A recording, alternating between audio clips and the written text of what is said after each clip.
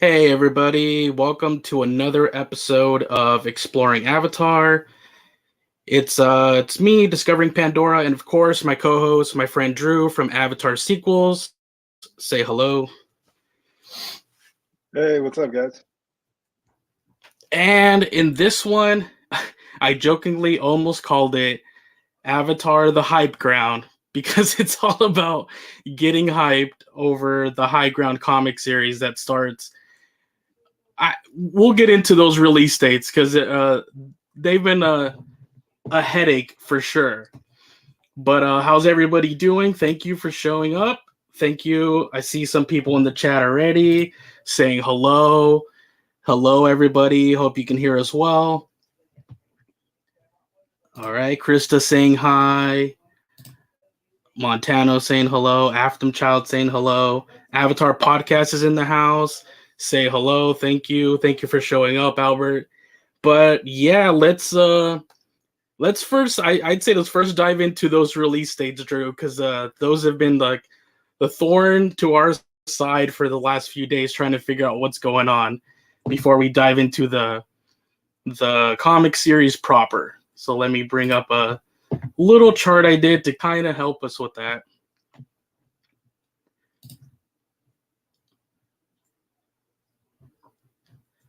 All right, let's see here. So Drew might be joining us in a second. He might be having some issues. Let's see. So here we go, guys. We have. So these are the current release dates.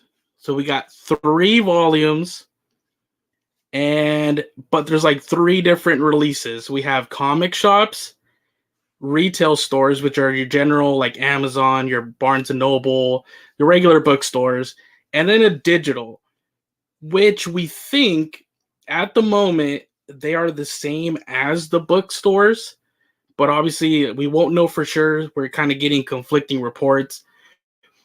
So it looks like they gave comic shops kind of like an exclusive overall.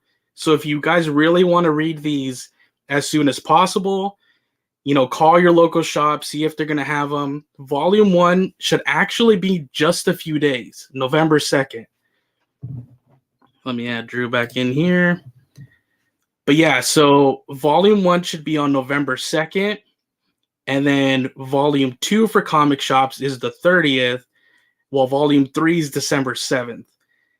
And what me and Drew have been saying, like, it kind of sucks for retail because look at that. Volume 1, you're barely getting that December 6th, just the day before anybody who's been picking them up at comic shops is about to finish the entire story. So, what are your thoughts so far on all these release dates, Drew? Well, sorry about that, Jerry. I had to drop out and jump back in. I was having No some problem. echo issues, but I am back and good now.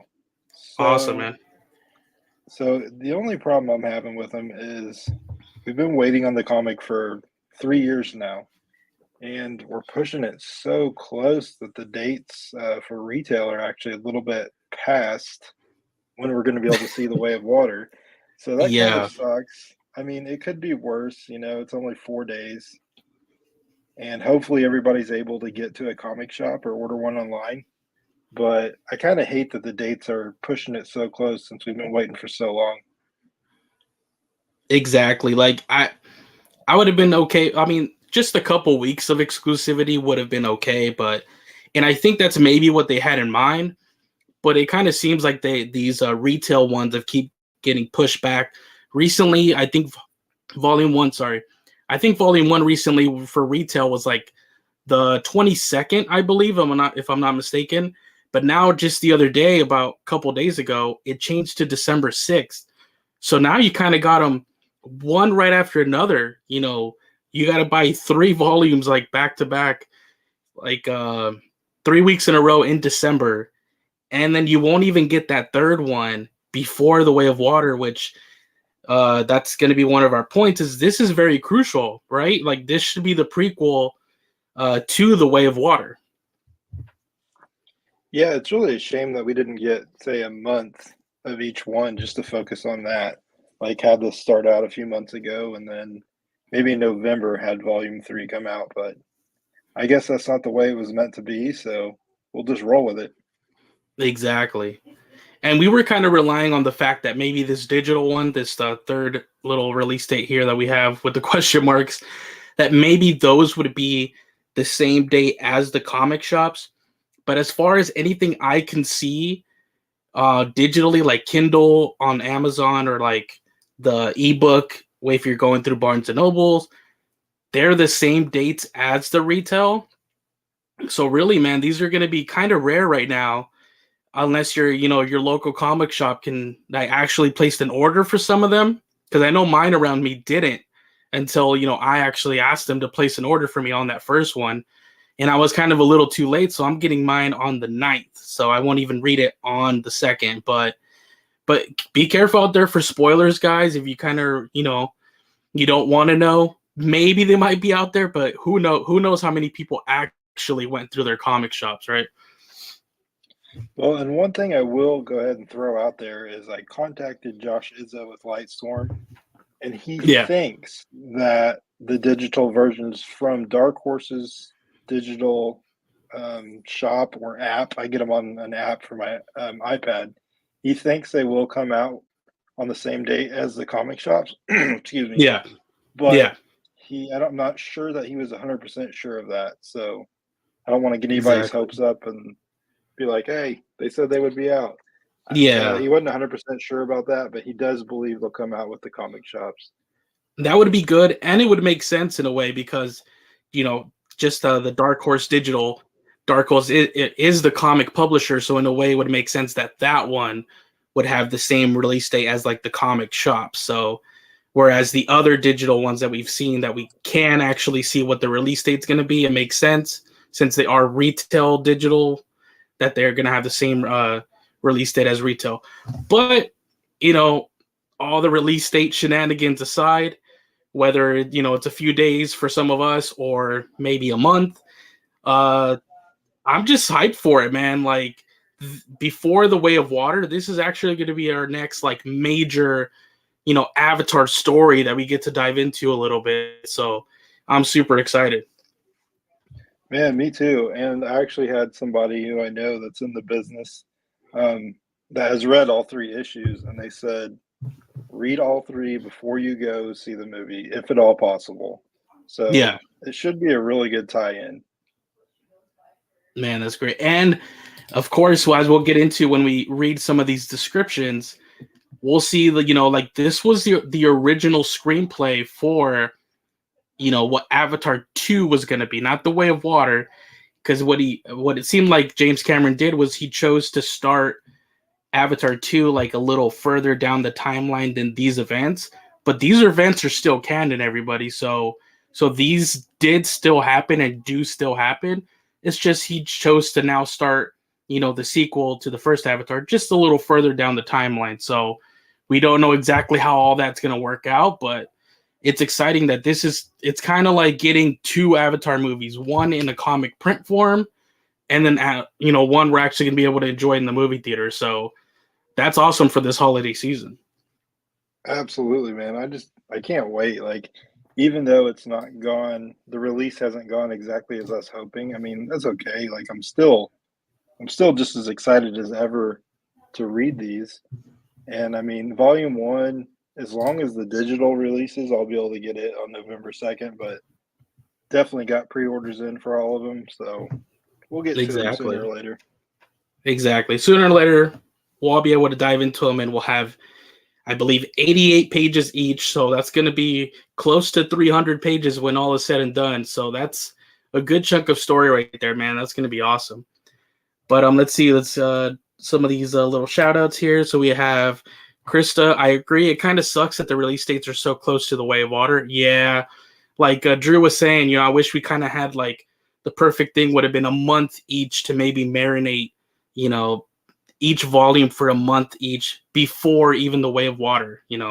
But like you said, it is what it is.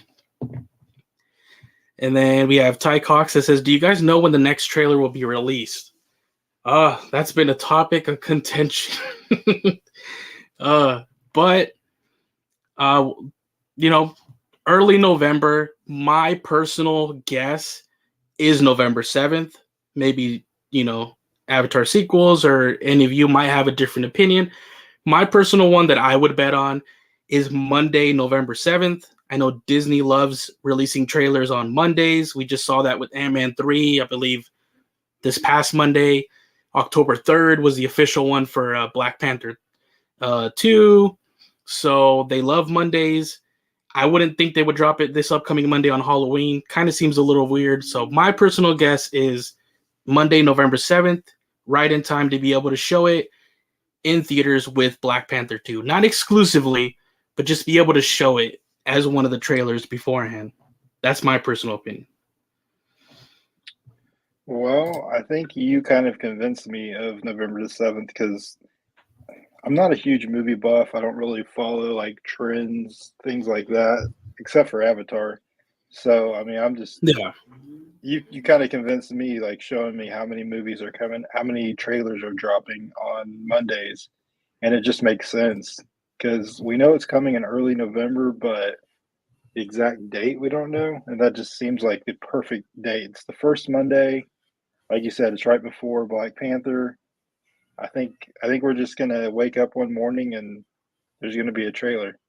exactly. They love showing them early, trying to get them around the world at good times for everywhere. So, yeah, I don't mind waking up one morning and it's just there. So let's just kind of, it'll be worth the wait. Even though we've been waiting, it'll be worth the wait. And honestly, the movie's here right around the corner. So we all don't need another trailer anyways. But, it'll be here sooner or later.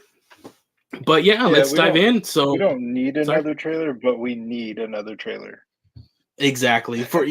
You're trying to reach as big of an audience as possible, because to just get everybody that's already an Avatar fan or has been for years, you know, we need more. Like, we would want more people to join in, to get excited, because in order for it to be successful, man, we can't just rely on everybody that has, that's been there, in these communities already for these last few years. We kind of need, we need more of the general population right now. We need the new generation, the 13 and younger. We gotta, as many people as we can get.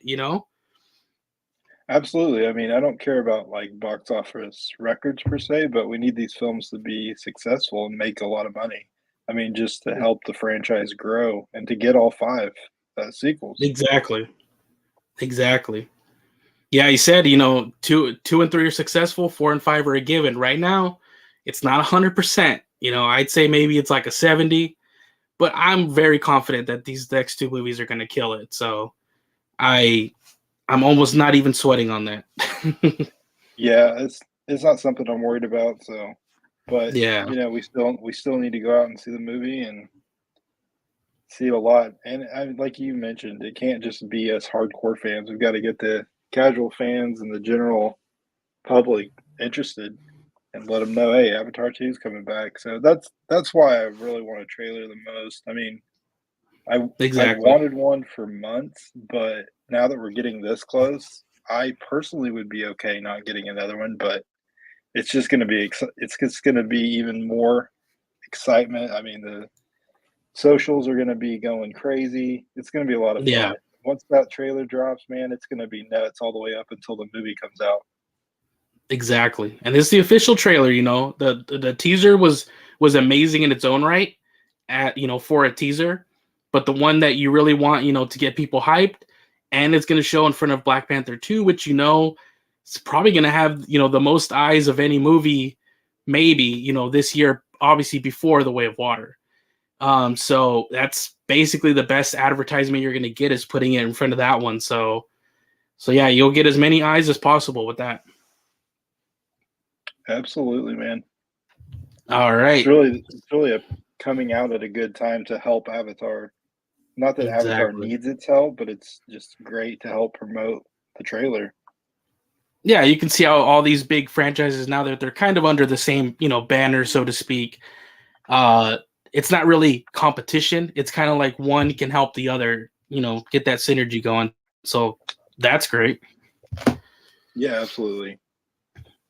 But yeah, here's we have here the first description to the first volume of Avatar: The High Ground.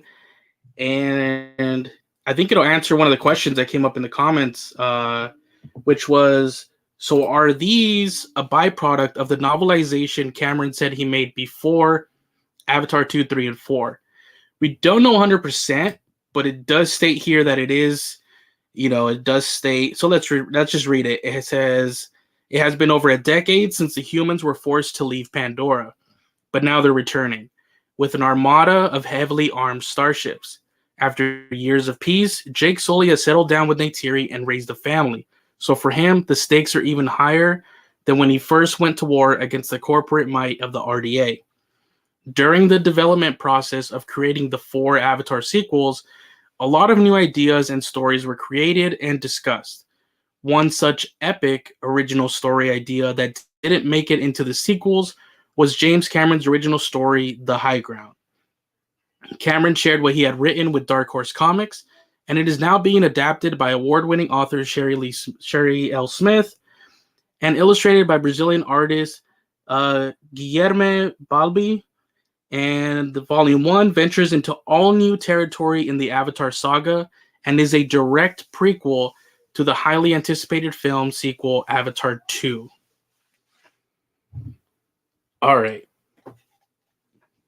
So there you go, guys. Like, so many ideas that they kicked around, and we do know from a separate interview or article that it was what he originally planned to be the sequel, but then, like we said, he kind of moved it.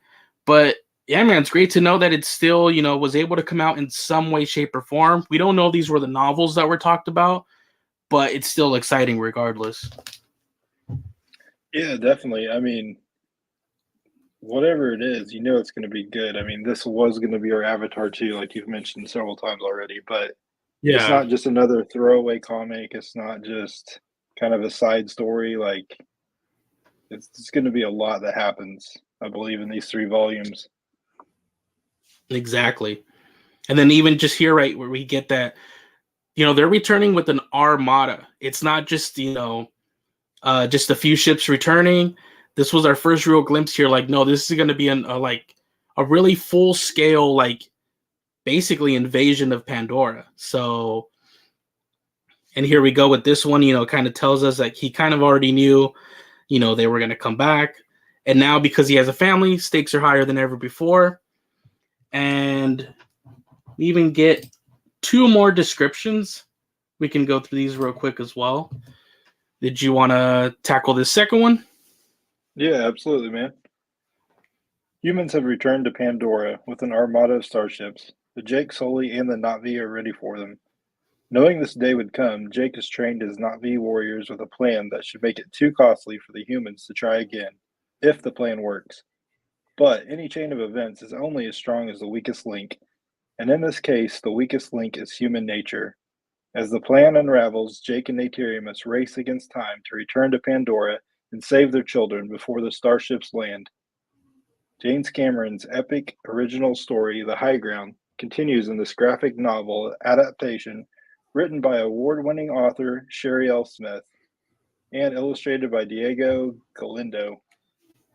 Avatar: The High Ground Volume 2 takes fans to parts of the Avatar universe never anticipated. And here is the cover to Volume 2. And this one was like, wow. People like the first Na'vi in space. Man, I don't even know. I still don't know what I'm seeing here. Like, it's not fully sinking in. Like, I don't know, man. I'm just gonna trust the story. We got to go for the ride, man. We got to go for the ride. But hey, what I kind of gather is, sorry. I don't think James Cameron's gonna let us down, but like that is quite the picture right there. Right. I love Jake's idea was, you know what, guys, before they even land, at least my little takeaway from this is we're going to ambush them in space. Yes. That is awesome. And they have Avatar / Na'vi spacesuits. I don't know. Yeah. I guess we'll learn where those came from. I mean, it's interesting. Yeah. It's like they were in some closet in Hell's Gate the entire time, dude. Don't worry about it. It's just such a stark contrast from the beauty of Pandora. Not that space itself is ugly, but I mean, it's just a lot different. Yeah, I love you still see all the bow and arrows and everything in space. You know that visually like that fight probably would have been like super awesome, like visually like in the movie. You know, seeing that. But hey, we're still gonna at least see it on the page, so that's good. Yeah. Yeah, I'm glad all of his ideas that he had for that script didn't just get thrown out. I'm glad that it was able to even tie in to the actual sequels we're getting still. Exactly. And then here we have the final description for the last volume, volume 3. Jake Sully's fears have come crashing to Pandora. Guns blazing, the Sky People are planet-side and taking Hell's Gate by storm. Jake and Neytiri's children are still on base, surrounded and outgunned. Years of advancement on Earth means they'll be bringing more firepower than Jake can anticipate. Unable to fully rely on his intel, Jake will have to improvise and risk it all to protect his family, his people, and their home. The battle is underway, and every Na'vi is in danger. Experience the epic finale of James Cameron's original story, The High Ground, in this graphic novel adaptation written by award-winning author Sherry L. Smith and illustrated by Augustine Padilla. The exciting conclusion to Avatar: The High Ground leads you directly into the opening of the long-awaited film sequel, Avatar 2. And I'll put up the cover to the third one while we talk about it. Something there you go, interesting man. I noticed here, which didn't take too keen of an eye, but it looks like Jake has his dreads like that we've seen in the teaser and some of the promotional Yeah. stuff. It looks like he's already got his new hair. Yeah, exactly. Which I think looks pretty cool. And that brings me to wonder, like, if we're going to see, because I think you even put down there in the comments that Avatar 2 will start 15 years, they confirmed, after, the original movie. And me and you kind of wondered before in our conversations, we're like, will this start, maybe volume 1, will this start, let's say, 13 years? Did the RDA first arrive, like, a couple years even before the start of Avatar 2? Because a lot of people have wondered, how have they already built even, the portion, not completely, but the portion of Bridgehead City that we see, how have they have built that in just like weeks, months? Maybe this series will explain, maybe they arrived back again like 13 years later, so 2 years before, and maybe this series will span like a year or two, of events. Yeah, because right now we really just don't know how long it expands. Is it a month? Is it a week? Is it a few years? I mean, I'm excited to find out. I can't imagine it's too crazy of amount of time just because it was the script for Avatar 2 originally. But Yeah, I mean, there's no telling. There could be a little time jump. I mean, we don't know. exactly. And I think, because you did mention the dreads, I believe when we start going through the little preview pages I have up, because they did release some preview pages to the first volume, not any preview pages for volume 2 or 3, but we did get a few for volume 1. And I don't remember, so we'll kind of go through it and look. If I want to see if he had the dreads even then, or that could tease that some time does span from volume 1 to 3. If now in the cover to 3 he has the dreads, so that could be the case. Yeah, absolutely. And like you said, it's been a minute since I've read this. Exactly. And there was a few pages that they put out first, and they kind of just recap the final battle of the first movie, and just kind of explains how Pandora now is what Earth once was. But then I believe page 3 or 4 into the preview pages, and this is just that top section of that page, because I think it's pretty important to kind of zoom in here. It looks like, it says, Dad, time to go. If we wait any longer, all the good Ikron will be gone. That's not how it works, Netayam, and you know it. Loak will choose well, and so will the Ikron in the meantime. So Loak is going through his Ikni Maya right here, man. Yeah, I think that's awesome. So I guess that helps us get a little bit of a sense of time too. I mean, we're not Exactly. all the way back at Avatar 1. We've got the kids. They're obviously teenage years if they're going through Iknamaya. Yeah, exactly. And Netayam already seems like he already went through his. I believe it's confirmed kind of the next panels that we're gonna read. But he already went through his, and now it looks like it's Loak's turn. And then let's go to that second portion right here. Let's see here. Yeah, I think this one's really important. So here we go. Here's Jake explaining, every good warrior gives his memories to Awa before a battle. Right, Loak? Right, but it's not really a battle. It's a duel to the death. He's like, all right, that's enough, Netayam. Kiri didn't mess with you when it was your turn. Yeah, she did. It's a rite of passage. Forget I said it. We can't all be Kiri. Dude, those are not throwaway lines right there, man. No, not at all. Not at all. Kiri, and it is interesting, Kiri's already with him. She's obviously been with them for a little while at this point, Mm-hmm. and they know she's special. Exactly. And I think this confirms she was the first one that already did this. Mm-hmm. Unless, yeah, because you're like, oh, well, maybe she was, he just meant like she didn't mess with you while you were doing yours when you were the first. But no, once again in another panel it'll confirm. But she was, so I'm like, is she the oldest? Is she even older than Netayam? Maybe not by a lot, but it looks like she was the first one to do the Ikni Maya, unless she did it at a younger age. And something that's in a different vein than that, but I found it interesting here on the dire horses that they both have bows, and Jake's gone back to the machine gun.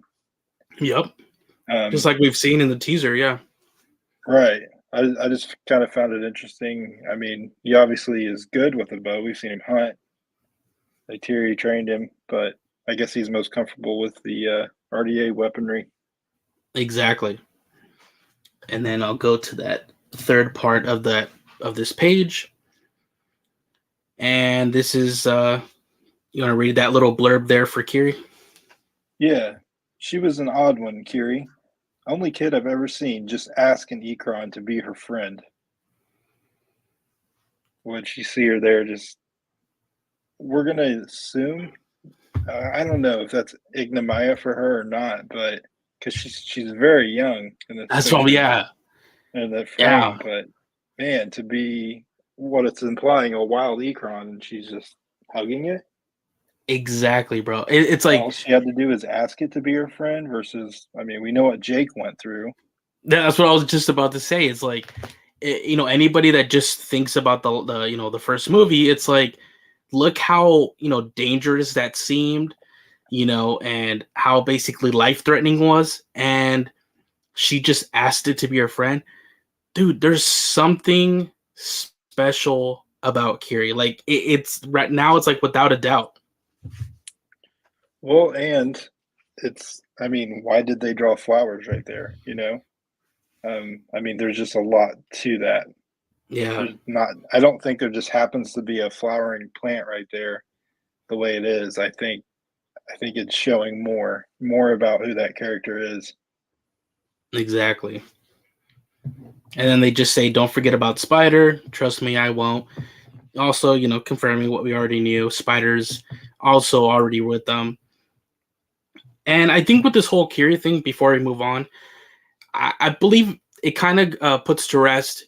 I've heard some discussion like, well, maybe she's a recom, or maybe the RDA has something to do with it when they come back or something. But I think this proves here that this was before they even returned. I think she's been with them for years, at least from my point of view. I think she's been with them for years, and I don't think she's a recom or anything like that. Well, I agree, and I mean, looking at her in this picture, I don't. I mean, this picture isn't present day with the comic.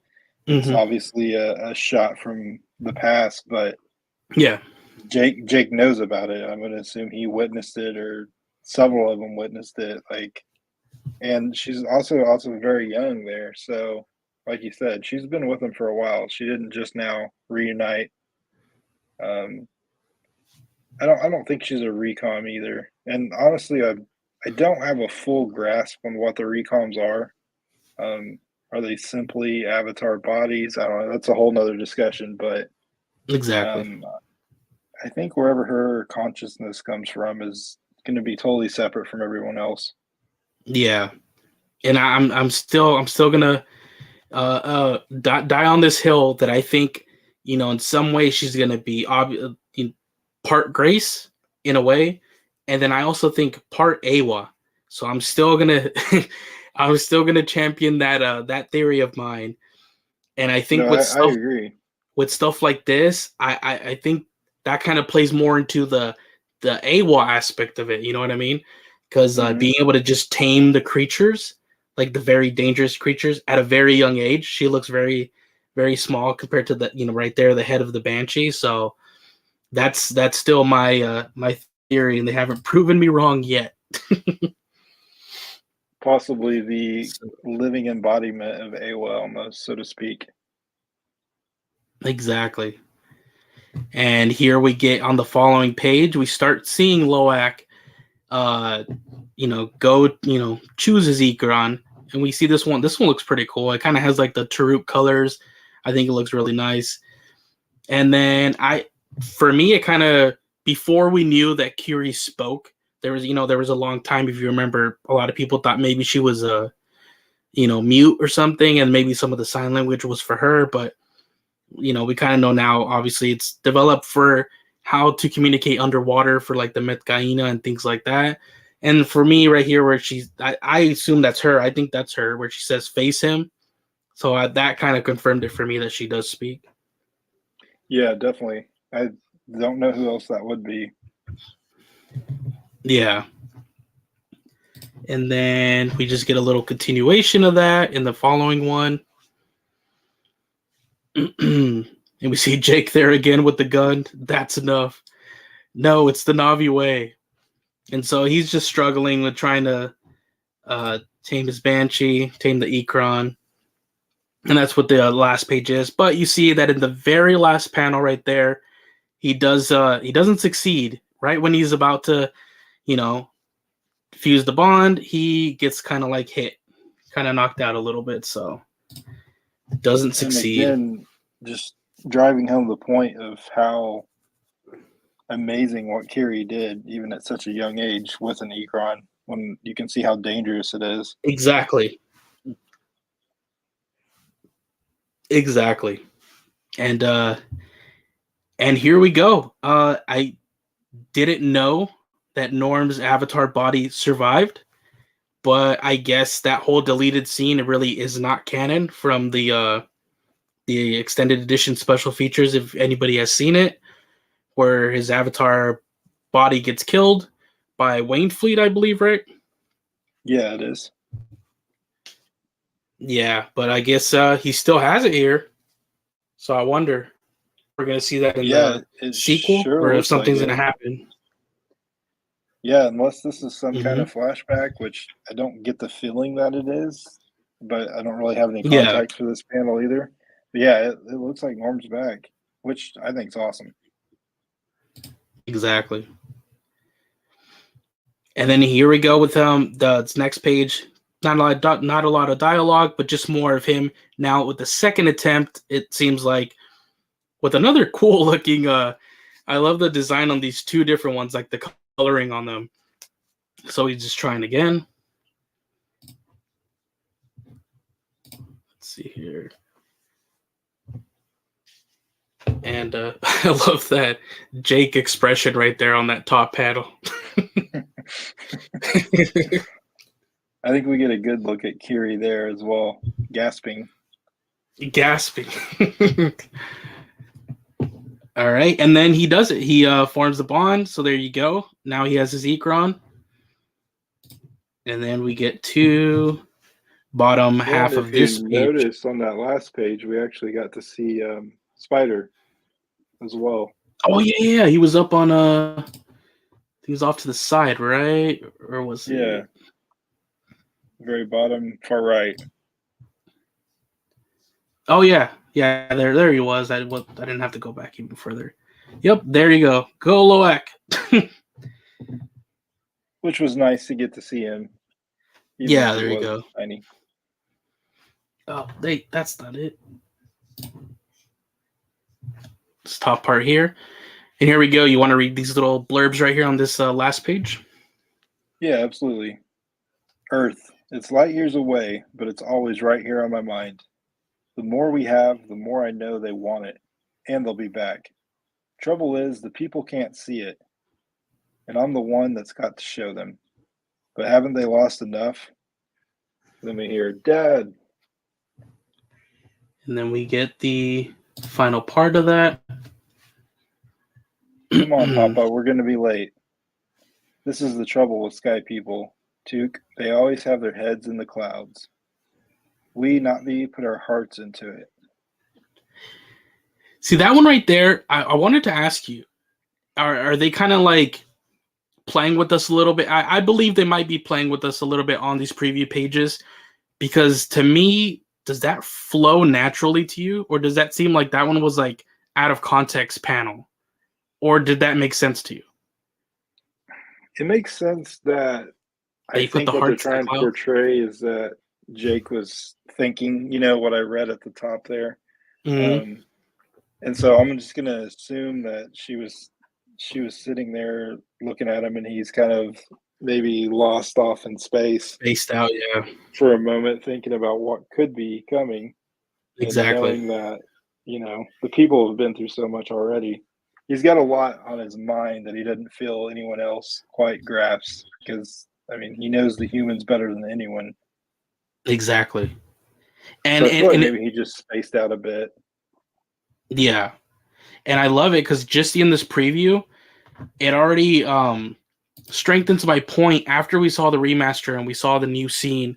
Just that tiny little added few seconds with Selfridge going up to them and telling them like, this ain't over, right?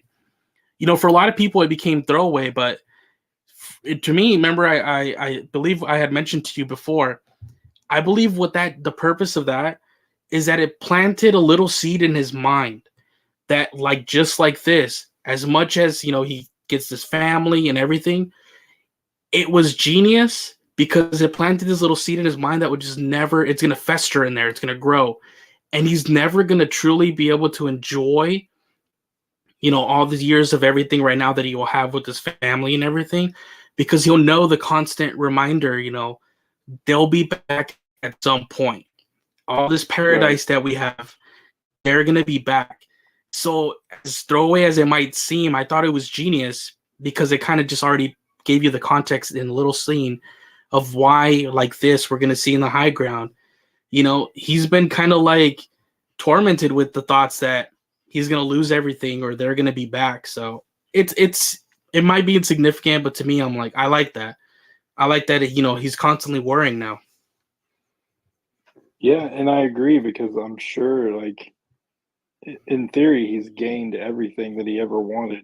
He has Neytiri, he has a family, he's happy, but he knows it's not forever. Exactly. And I believe we actually missed this one right here because I thought this one was super important too. So he says, now I know what you're thinking. This is supposed to be the story of the time of great sorrow. And it is. But to understand great sorrow, you need to understand how much we lost. I think that's poignant, man. That's telling you like all the, this entire happy family, this way of life that they know. It's to show you, like, presenting it to you first, but throughout not just this little series here, what could happen with their volume, but I believe it's even with all these sequels. I believe this whole time frame right here is going to be called the time of great sorrow, so that by the end you're going to see that there's going to be loss along the way, and it's just presenting you right now like, look at all this joy here, look at all this happiness. And by the end of it, there's going to be a lot of loss. Absolutely. I mean, and really all they want to do is leave a happy life with their family, with the Amathakaya people, but there's a lot going on there, and it's all caused by the humans. Exactly. And it's just, man, I'm just so excited, man. I'm just so excited. Let's go to some more of these, the comments that we've had come in. Let's see here. Montano says, maybe Grace was pregnant right before she died, but Awa made the connection with her. So my theory is that she made a connection to Kiri in the womb. That would make sense to me.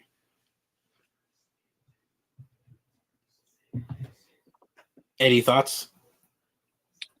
The only problem I have with that, yeah, I mean, I think that's cool.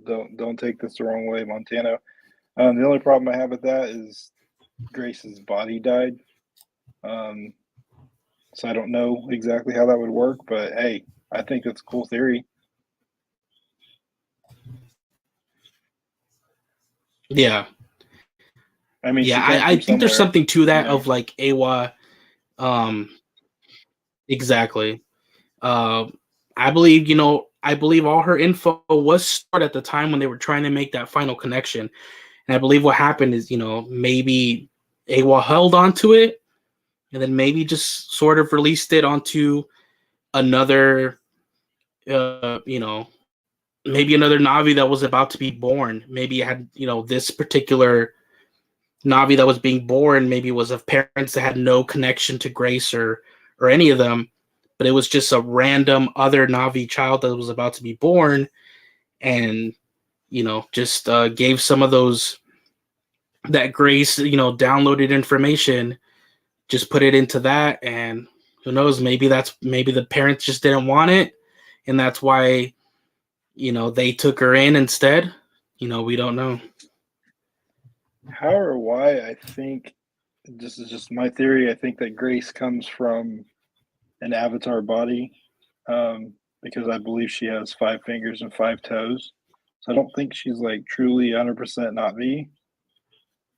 But my theory is that somehow Grace, same as you, Grace's memories or essence is uploaded into Awa, and somehow that gets into an avatar body.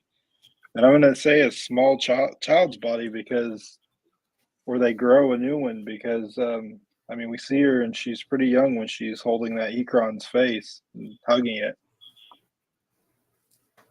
Yeah, exactly. Let's see, and we have another one here from Jorge Luis. In May, we got just a 1-minute teaser trailer. Since then, 5 months without any full trailer. We are just 7 weeks away from the movie and no full trailer. I find it to be odd. What do you think? I mean, we kind of touched on it a little bit. I think maybe you and I, we would have pulled the trigger on another trailer, but they know better than we do. And right now it's going to get probably as many eyes as it could possibly want, showing right there in front of Black Panther 2. So, they probably know what they're doing. And yeah, I do find it odd, and I wish we'd gotten one a couple of months ago. But I feel like so many movies being under the Disney umbrella, they are looking out for their best interests. They don't want to take a trailer and possibly steal the thunder from a movie that's coming out. So while Yeah. it seems like they're just doing nothing, I'm sure there's some reason behind this madness. And I think as we had talked about before, I believe even though it has been 5 months and it has seemed like it's been a big drought. If we really think about it, though, it's like we have little kernels of information here and there, Empire magazine photos, and then we even had scenes. We actually got full, 4 5-minute scenes after the remaster and the mid credits of that. So, that's something they didn't really have to even do for us too. So that was 3 different scenes that you could have seen right there. If you were lucky enough to see all 3. That's quite a bit of Right. footage right there. That's over 10 minutes if you put them all together. Plus you're gonna get a trailer in like 1 or 2 weeks. By the end, you're gonna be like, I got enough. And man, if they've been saving all this marketing for this last month and a half, that it's gonna be insane, and it's just gonna be like a tsunami of all this Avatar hype. We're gonna kind of forget in a way that maybe there was even this much of a drought, because now we're gonna be drowning in it. Well, and you made a good point. And to add to that, the footage that was shown at D23, something I never personally got to see, but there's quite a bit of footage out there. It's just not maybe as easy to get to as we're used to for other movies. Exactly. And then we go to Santina has Norm in the Avatar 2. I saw a behind the scene photo with him. And you know what? I believe I have it here somewhere. So I think I will bring it up. Let me see if I can find it. Here we go. If I'm not mistaken, I believe this might be the one she's referring to, because that looks like Norm to me. Absolutely is Norm. And I believe this might be what they have called the high camp lab, unless it's a lab. I doubt it's a lab at Bridgehead City. I don't think Norm is going to be there. So I think this is that high camp one. That's maybe another remote lab that, kind of like how in the first movie they had that shack 26, removed. It might be something similar where they've kind of hidden maybe they took a modular little piece from Hell's Gate and just kind of moved it over here somewhere, maybe up in the mountains or something, so a little more remote. But yeah, that looks like Norm to me, and I believe that's kind of like the same outfit and everything that the people when Jake first woke up in his Avatar body were wearing, right? Yeah, it is. And something I'll add about seeing him is that kind of leads credence to maybe that he got his body back was the actor Joel David Moore actually posted a photo of him with motion capture dots and suit on.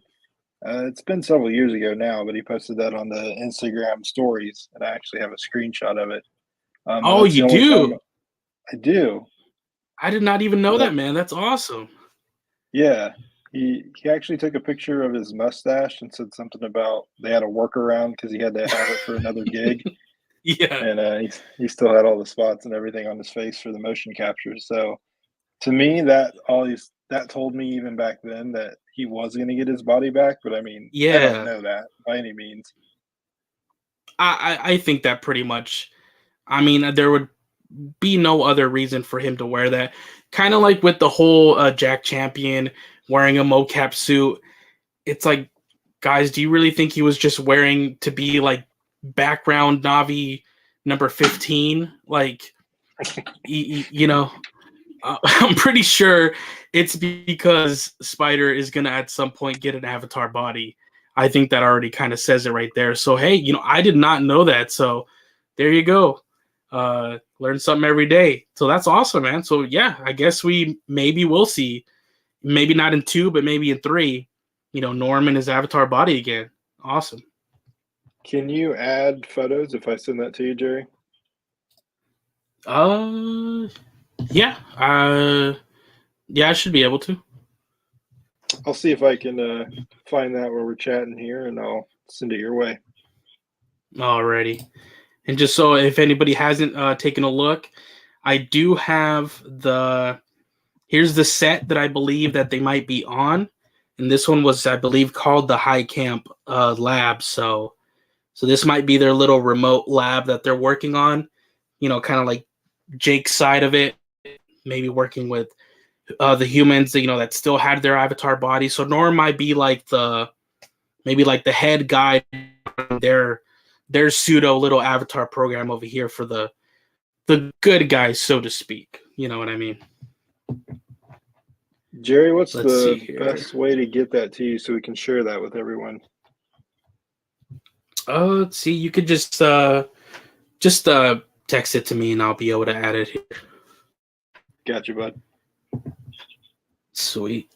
All right, let's go to the next one. Let's see. Is that Spider on the Ekron? Huh. Let me go back and check that out. Let's see if it was this one that they're talking about. If I'm not mistaken, I think he's the one at the very bottom right. I think it kind of looks like It he's just definitely looks seated like on it might there. be. Yeah, Yeah. that was a I good don't think eye. he It has looked his like own. rocks to me, so Yeah. it's a good So it eye. looks like he's just riding along with somebody, I think. Yeah, good eye, Santina. Thank you. Let's see here.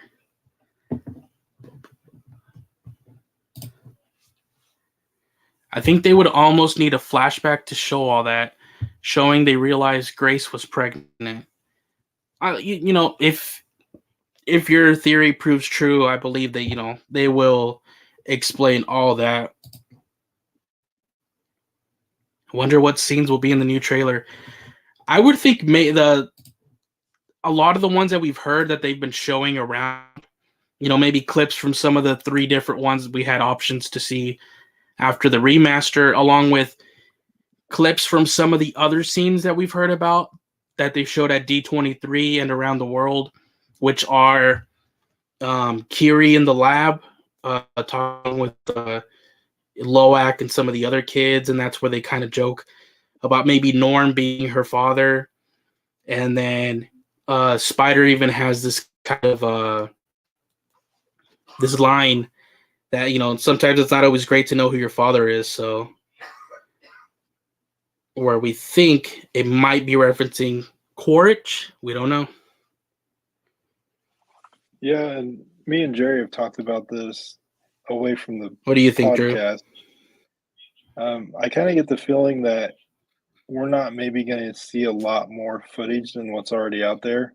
There's quite a bit still that they could add in from D23. So, and I mean, they don't want to give too much away, and they want to leave us guessing Yeah, and speculating and get us hyped. But at the same time, they don't want to show the whole movie in the trailer. So, I'm not expecting anything too crazy, to be honest. exactly. And even the ones we haven't seen yet, there was some action there, like in the forest. There's an action scene in the forest. There's some more underwater stuff. So yeah, I mean, and I'm sure they're gonna sprinkle even things that they haven't been showing around. Obviously, maybe like a few seconds here and there, but regardless, I think it's gonna be an amazing official trailer, and I can't wait, man. And then to have that little tag at the end of it, like tickets on sale now. I can't wait to get my those first tickets to go see it, man. Oh, that's going to be so exciting. And we're only It's here, and 49 that's days away as of now. So we're getting there, man. exactly. Oh man, I remember when we just passed the 100 mark. It's like we're even almost halfway, you know, past that. It's crazy to think just 2 more months and we're there after all these delays. It McLean really is. Keller, I think that Kiri is probably going to be like a vessel for Awa to sort of channel her power into her body to sort of like take on the Sky People single handedly, like maybe Gandalf did in Lord of the Rings. But yeah, I think we've kind of touched on that. We think she's kind of gonna be a walking vessel for at least some kind of essence of Awa. I guess kind of like a Pandora Messiah is like always the easiest way that I can kind of describe it. What do you think? Yeah, I agree. And I think we all have our theories and they all vary a little bit, but they also all kind of have the same themes, you know. Everyone seems to agree she's almost a reincarnation of some form of grace and Awa. Um, Yeah, we're just gonna have to wait and see exactly how they work that out, how she got the body, et cetera, et cetera. But um, she's special. She's very special. I think she's gonna blow us away when we find out what all she can actually do. And that may exactly. not even be in Avatar 2. You know, that may take more than one movie to develop and to truly see what all she's capable of, or even to learn exactly who she is. It may take more than one movie.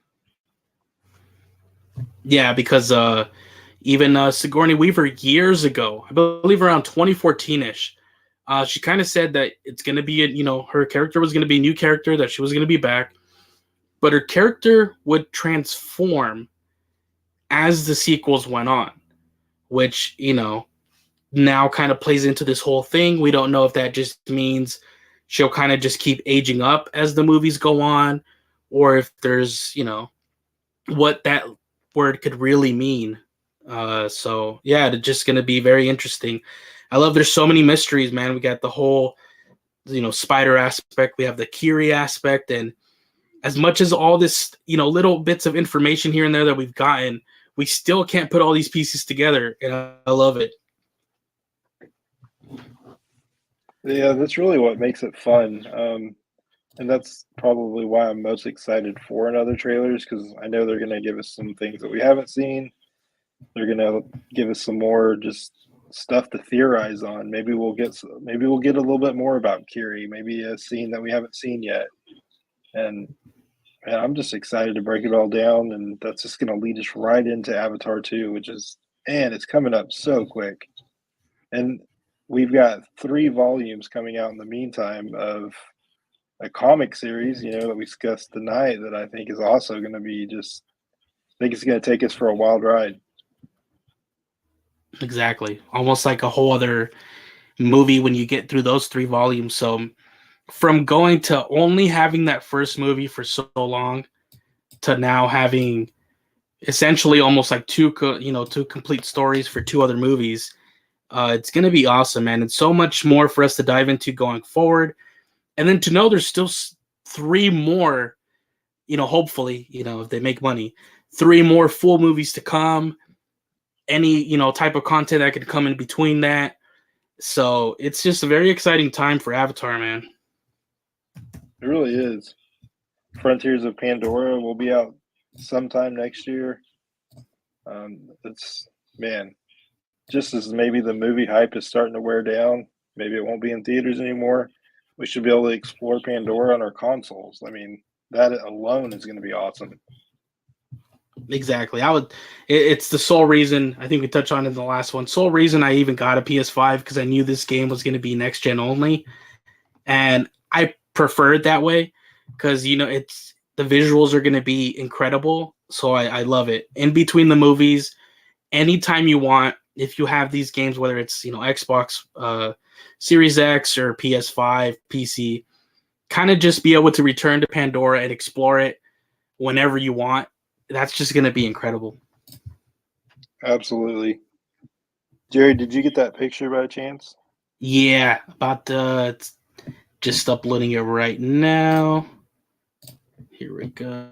Let's see here. Give me 1 second. For now, we'll move on to another comment. We got one from the Avatar podcast. Albert, riding those Metcaina waves of Avatar hype.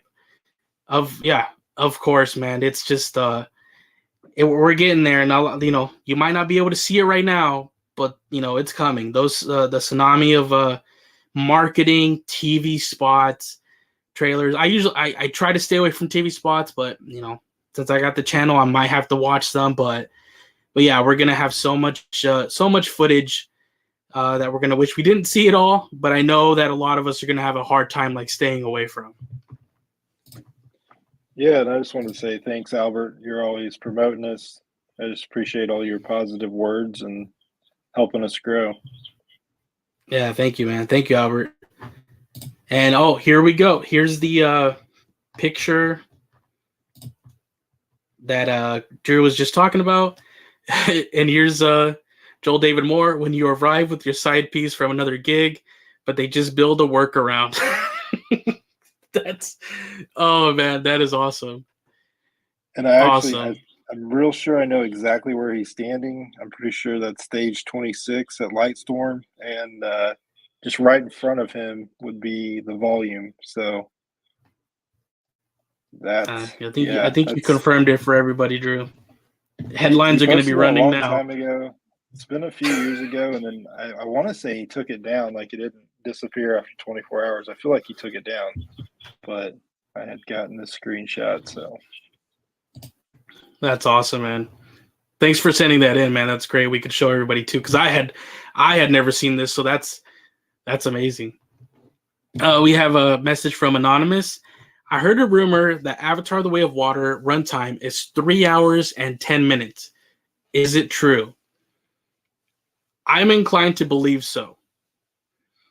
I've also seen it in, like, whether it's theater chain websites or some other a Chinese website here and there. So with a lot of places running 190 minutes, and them, him already saying back when we got that cover story, I don't want to hear anybody complaining about the runtime.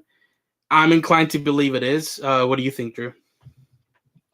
same, and actually because of you, I know you showed me a couple different websites that are showing the same thing. It lines up closely to what we've already heard from James Cameron, like you just said. So yeah, I don't have any reason to doubt it. Yeah, exactly. We got another one from McLean Keller. Something that really had me confused was seeing Spider with the recoms. And I was like, why the hell is he happy? It stumped me the first time I saw it too, man. That's a good question. We could pretend and like we might know the answer, but you're honestly, McLean, your guess is as good as mine at this point. If you ask me, like, really, I think maybe he has some kind of time with maybe he's kidnapped, something like that. He spends some time with the whole RDA side, the recom side, and maybe through this, he gets his avatar body. I don't know, just speculation on my part that maybe through this he might come out of it with an avatar body. That's just my own speculation. Yeah, it's really hard to know. I mean, just getting one single image. I mean, think about yourself. You can be around people you don't like, whether that be at work, school, whatever. And I mean, it doesn't mean you can't have a moment of a good time or laugh at a joke, etc. So, I mean, we don't have any context there. So I would just totally be Exactly. speculating. Um, Maybe he has like Jerry said, maybe he has a good relationship with some of them. Maybe he has a tie with them. Um, I think we're going to see a lot more gray in this movie. Not necessarily everything's black and white. Not like, RDA bad, human bad, not be good. I think there's going to be more of a gray area. Like we discussed in the last episode, humanity's coming to Pandora because Earth is dying and they're trying to keep humanity alive. So not Exactly. every human, not all the people associated with the RDA are necessarily going to be straight up bad. So maybe one of them's his friend. I really don't know. Exactly. This time I love it. Like you said, we touched on it in the last episode when we were looking at the visual dictionary pages, specifically the Bridgehead City one. A lot of interesting points there, and it gave us their true purpose. It's a full-blown human colonization of Pandora because Earth is dying. It's kind of like it's their last hope, it says. So, like you touched on, a lot of these people, they have no other option. They might not like the RDA's motives or how they go about things. I mean, but they kind of have no choice. It's either dying world that who knows. We don't really know the state of it, but they reference it as a dying world, or possibly a chance at a new life. So not everybody that's going to be in this city, because not really a base anymore, this city is going to be what we call quote unquote a bad guy. So I wouldn't want it completely destroyed, like kind of like when we see the Death Star completely destroyed, we cheer, yeah, awesome. This time I kind of won't. Even with the Death Star and other books and everything, they've kind of humanized the Empire a little bit. This kind of takes that, like, in the context of these movies themselves, where look, there's going to be a lot of innocent people here in the city, So I wouldn't want it, fully destroyed. And like you said, there's more of a gray area now. You might be cheering for people on both sides, to be honest, throughout the course of the films. And I love that it's not just going to be, simple one note again, black and white. So I like that. Yeah, I think you really just nailed it. I mean, we're going to be cheering for both sides in a sense because it's not going to be simply RDA versus not V. I mean, humanity is going to be there. There's going to be families. There's going to be people just trying to live. There's going to be people that probably align their values more with the not V than they do the RDA. But it's just going to be, man, it's going to be a ride. It's going to be cool to see how it all plays out. In a Exactly. sense, we kind of know what happens because we talked about this last week as well, um, because of the world of Pandora at Disney. But it's just going to be fun to see how we arrive there. Exactly. Because I believe you touched on it's the story of that one of the land. If anybody goes to, if you didn't listen the last time, if you go visit, obviously the land at Walt Disney World or the Animal Kingdom, the story of that land, because it has a story, is it's set. I believe initially they were saying 100 years. I've heard maybe 160 generation, but many years after what we know of these battles with the RDA.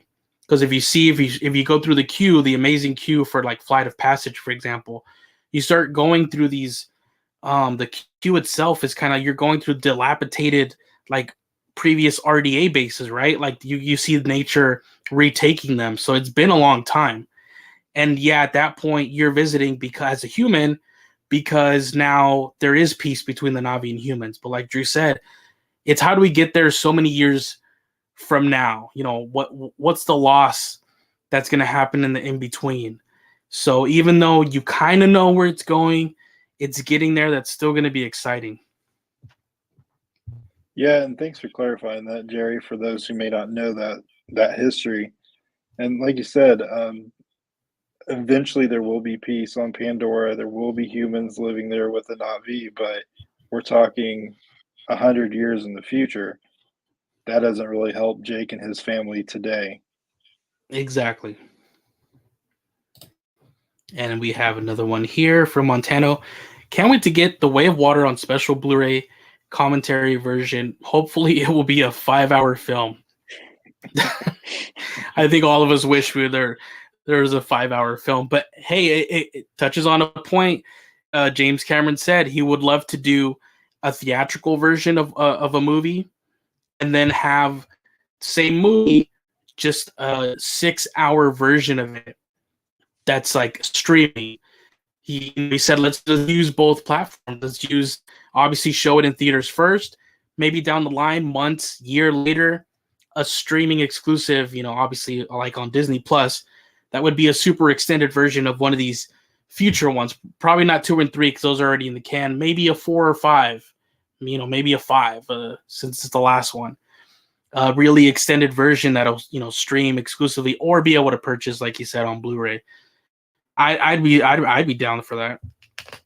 I would too. I can't. I mean, we both know that you can't show a 6-hour film at the theaters, but something that you can watch at home at your own leisure.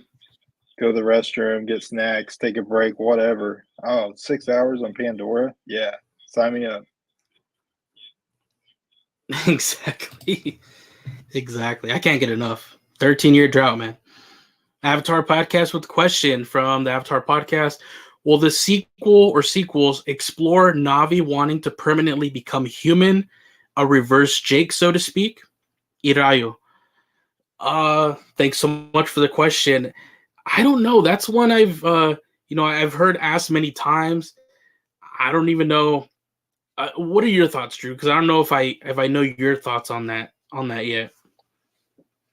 I don't think so. Just my personal feelings. Just because, like what Jake said, what do we have that they want? Blue jeans, a cold beer. I mean, the humans aren't bringing anything that the Na'vi want or need.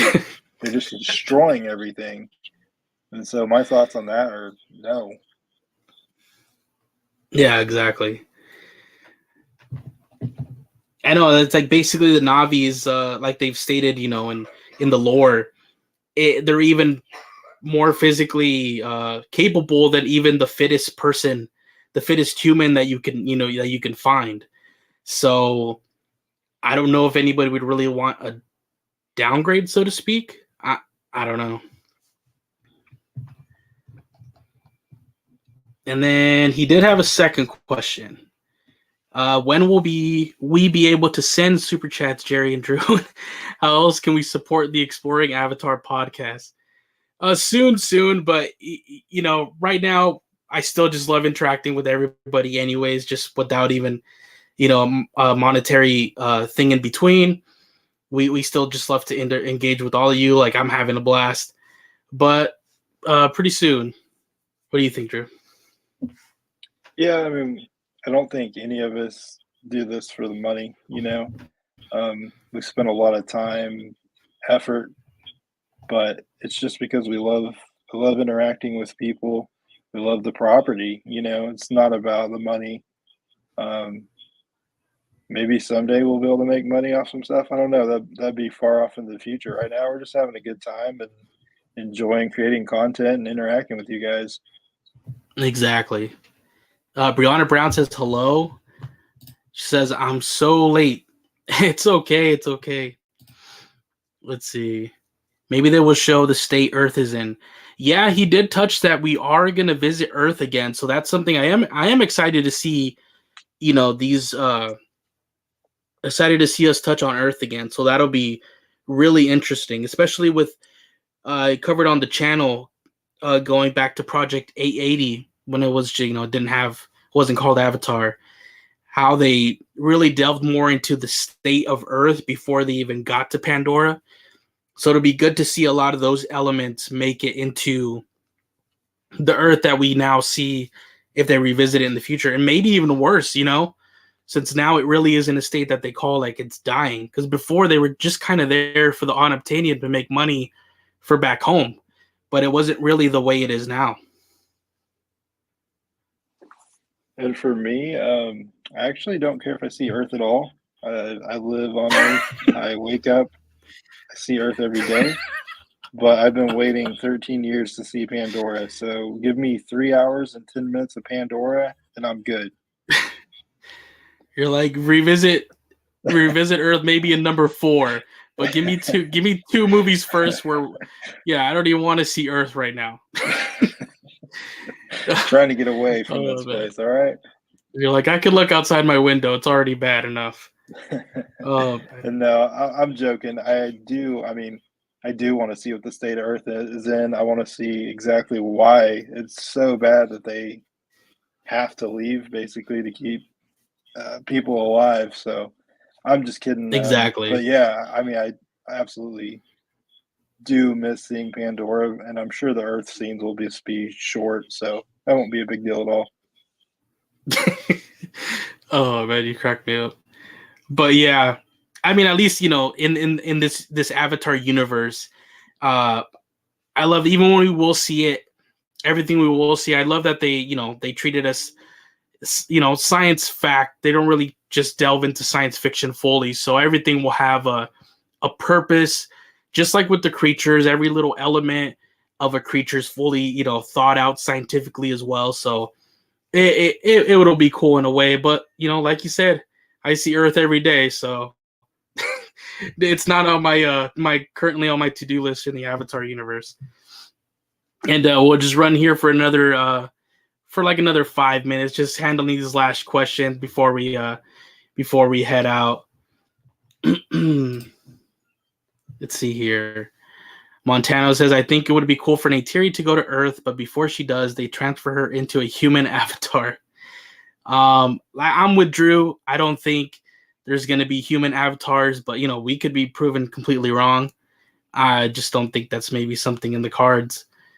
Which I guess still, Zoe Saldana will play the human version of Neytiri, I guess. Oh, that would be trippy. Yeah, it's something I don't necessarily want to see, but that would be crazy. Oh, an anonymous coming with the heat right here. Question 2. Jim Cameron says Marvel and DC characters lack depth. What do you guys think about it? Um, like I see a point that he's trying to make, but as people have pointed out, and I've seen a lot of tons of these, like for the last decade, the first three phases of the MCU were like, you know, I thought they were great. So just like I know he made the general statement. If people don't know what he's referring to, on the first, interview for this press tour with the New York Times, he made the statement that in all the superhero movies, all the superheroes act like college, like they're in college. They don't really, think of kids when they make decisions. They don't really, so.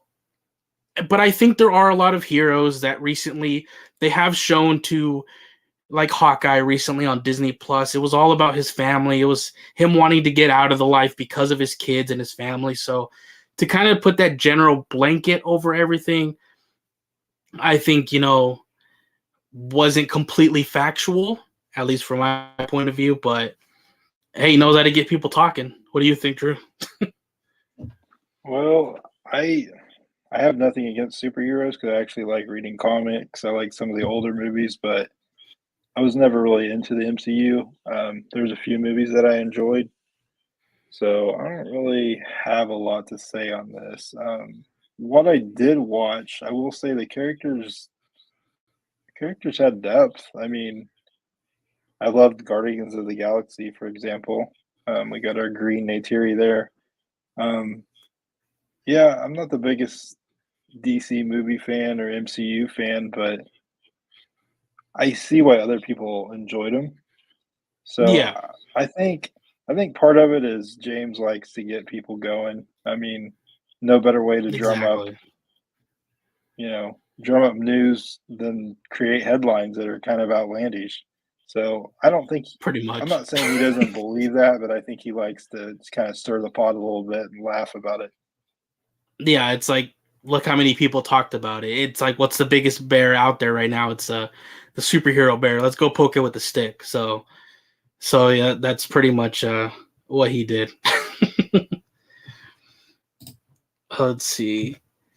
After our podcast on General Ardmore, which is Eddie Falco's character, her psychology, will her perspective be compelling, more subtle than Quaritch's? Will she be angry at the Navi for being selfish and blame them for Earth's fall? I mean, it's very interesting point, but we've just seen, at least from my perspective, really nothing. We only know what actress is playing what character, and that now she's gonna be the like leading this operation, right, Drew? If I'm not mistaken. Yeah, I can only think of seeing her in a couple of photos, and apart from that, and the fact that her title is General, I don't know anything about her character. Yeah, but I mean, those would be, I would say, some pretty good, like kind of like seeing the Navi as selfish. I could see some of those points probably being brought up for in terms of her psychology of how she sees everything playing out. So that could be the case. But yeah, we've just seen so or little or nothing at all to really base it on. And just a couple more here. Let's see. Here we go. Jorge Luis, will we get a novel book besides the comics and the art books? I don't know, That Drew. is a What do you think? good question. I have actually asked that same question to the powers to be, and I don't know. I do Yeah, know that once upon a time there were novels coming. The first one was written several years ago, but are they still coming? I don't know. They haven't really been very yeah, clear about that. exactly. It'd be interesting for like in between movies to have maybe some books or further comics, things like that, to kind of maybe even fill in those 15 years. I'd love to see some of that more than stuff progressing forward, because I would love the movies right now to, after the high ground, of course, the movies just do the sole progressing forward in the story, but maybe some novels or other comics, filling us in again on some of those in between.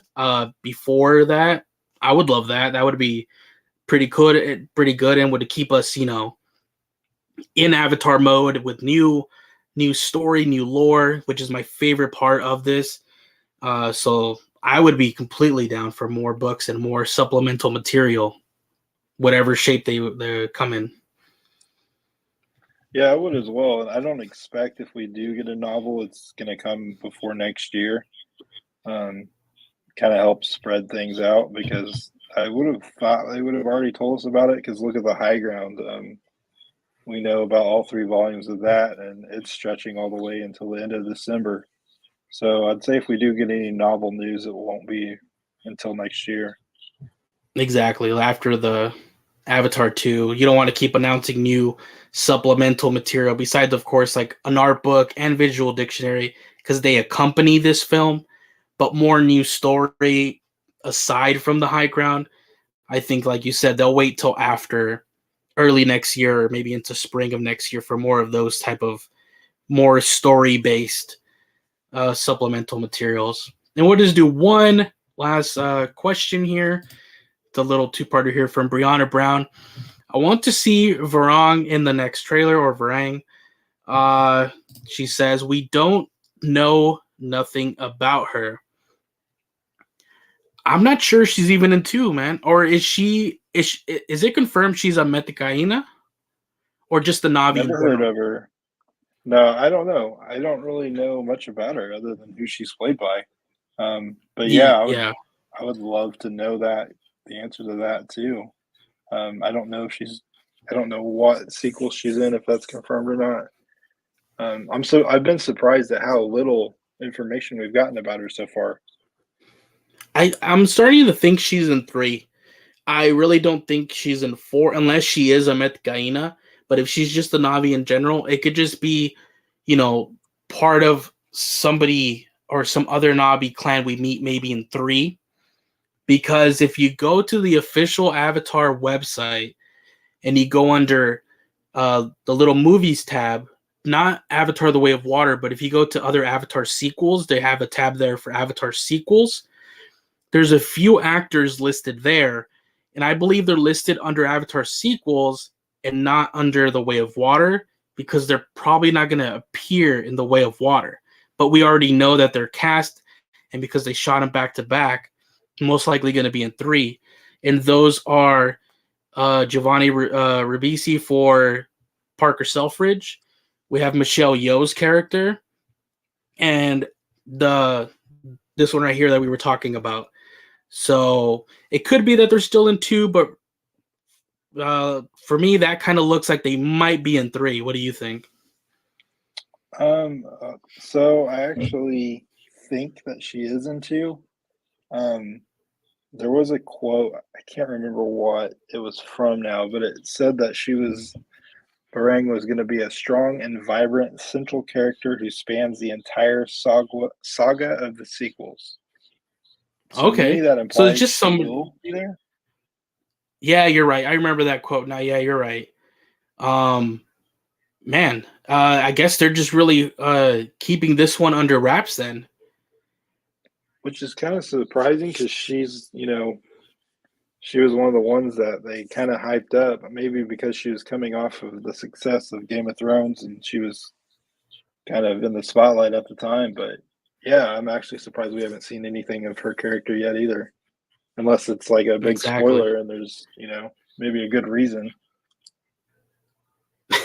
Man, how much of these like amazing side plots are we gonna have to the main? We got the Kiri one, we got the spider. Now we have Varong, which we haven't really even seen more information of, or hardly anything, like you said, besides that she's going to be a very important character throughout the entire saga. Man, that's just making me even more excited. That's like, here you go, people that were complaining, obviously not us, anybody here, that were complaining, of how simple of a story the first one was. Like, look how complex this already, to me, looks like just from afar, even. Like, we don't even have the second one. But it really seems like, man, they already have all. I just love that all these 4 scripts are already done, and then it's just like everything's set in stone. Nothing's gonna, oh, they didn't really like this aspect or this, kind of changing on the fly, writing them as they go. I love there's already so much mystery. It seems they're going to be really complex, man. Yeah, I think you nailed it right there by using the word mystery. I mean, just with this character, if she's going to be everything they said she was, a strong, central, vibrant character throughout the whole saga, yet here we are less than 50 days from the movie coming out, and we haven't seen an image of her. We don't know what clan she's with. We know virtually nothing about her. And I mean, there's not very many movies you could say that about a core character. So I just feel like Exactly. there's a ton that we just don't know yet. And hopefully, taking it back to the topic of this entire episode, hopefully Avatar the High Ground, the 3-volume comic series, will kind of fill us in on some of these, help reveal some of these mysteries to us in that 3-volume story, or just new intriguing elements that I can't wait to dive into. Just whatever that story itself, hey, they all capsed it and said it's epic. So I can't wait to fully dive in. Reminder everybody with the release dates, some people might be able to pick it up in a few days at your local comic shop. I'll bring up the release date for anybody joining in late right before we head on out of here. Comic shop release dates for volumes 1, 2, 3, November 2nd, November 30th, December 7th. Retail, which is your big stores, Amazon, Barnes & Noble, everywhere else, it's December 6th, December 13th, and December 20th for 1, 2, 3. And the digital, we don't know yet. Could be the comic shop date, maybe on the Dark Horse app. And it could just be across the board, even on the Dark Horse app, as the same as the retail, which is what we're currently seeing for Kindle and the ebooks on Amazon and Barnes and Noble, respectively. But yeah, man. Any final words on the high ground for you? Yeah, my recommendation is if you have a local comic shop or you can find one online that still has volume 2 or 3 available, go ahead and pre-order that. If not, we're just kind of waiting for volume 1 to get here to find out if we can get digital on day of. So otherwise, we might be waiting a while. So if you can get your pre-orders in for volume 2 or volume 3, I'd say go for it because they are drying up online pretty quick. Exactly. So, all right, guys. I hope you enjoyed our little take on hyping up, this next major story in the Avatar franchise before we get to Avatar: The Way of Water. Hopefully, it reveals a little more, little kernels of information on Kiri, Spider, things like that. I feel it will. And regardless, I feel it's going to be epic. I mean, come on, guys. We saw Navi in space, so it's got to be, it's got to be epic. Thank you for everybody that joined us. If you enjoyed this, second episode of Exploring Avatar with my co-host Avatar Sequels and I, please give us a like. And just want to say thank you to everybody. We know it's late. We do these episodes on Fridays, a little late, but it works for us in our lives. But we, whether it's early for you in another country or late in the U.S., we thank you all for joining us. And any last words you want to say, Drew?